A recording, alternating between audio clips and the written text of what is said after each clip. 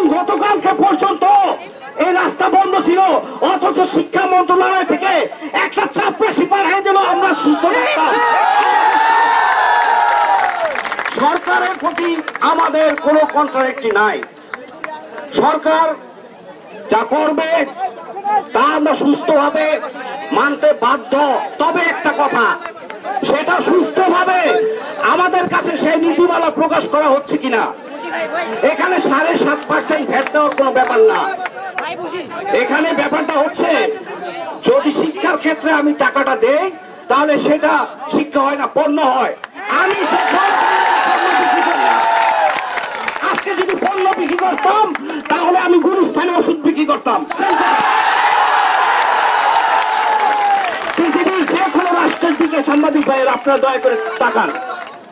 মানুষের যে মৌলিক অধিকার সেগুলা সরকার সবসময় ব্যয়ের খাতায় রাখে, এটাই স্বাভাবিক। শিক্ষার ক্ষেত্রে এই যে বৈষম্য, আজকে প্রাইভেট ইউনিভার্সিটি স্টুডেন্টরা 7.5% টাকা দিয়ে পড়বে, এই বৈষম্য করাটা কি ঠিক?